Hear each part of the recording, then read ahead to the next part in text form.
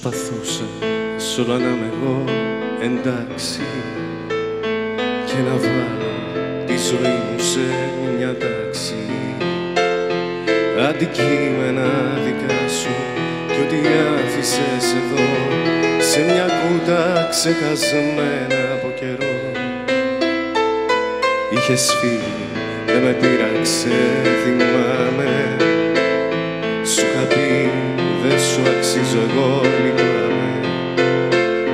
Μα χθες αργά το βράδυ, δίχως να το φανταστώ, σε συνάντησα στο δρόμο κι έμεινα να σε κοιτώ. Με κρατούσες απ' το χέρι, του γελούσες τρυφερά και σταμάτησε ο χρόνος ξαφνικά.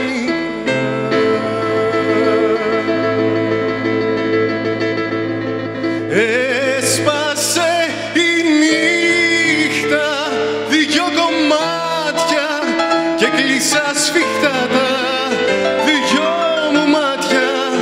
Είπα δεν μπορεί όταν θα ανοίξω αυτή η εικόνα θα χαθεί.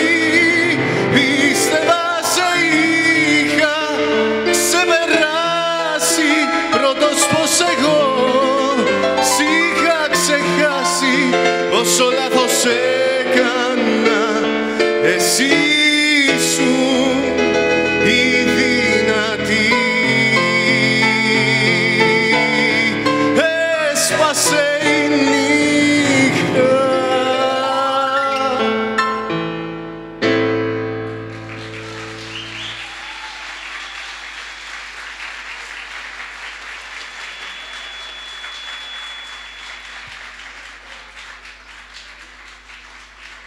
Ευχαριστούμε.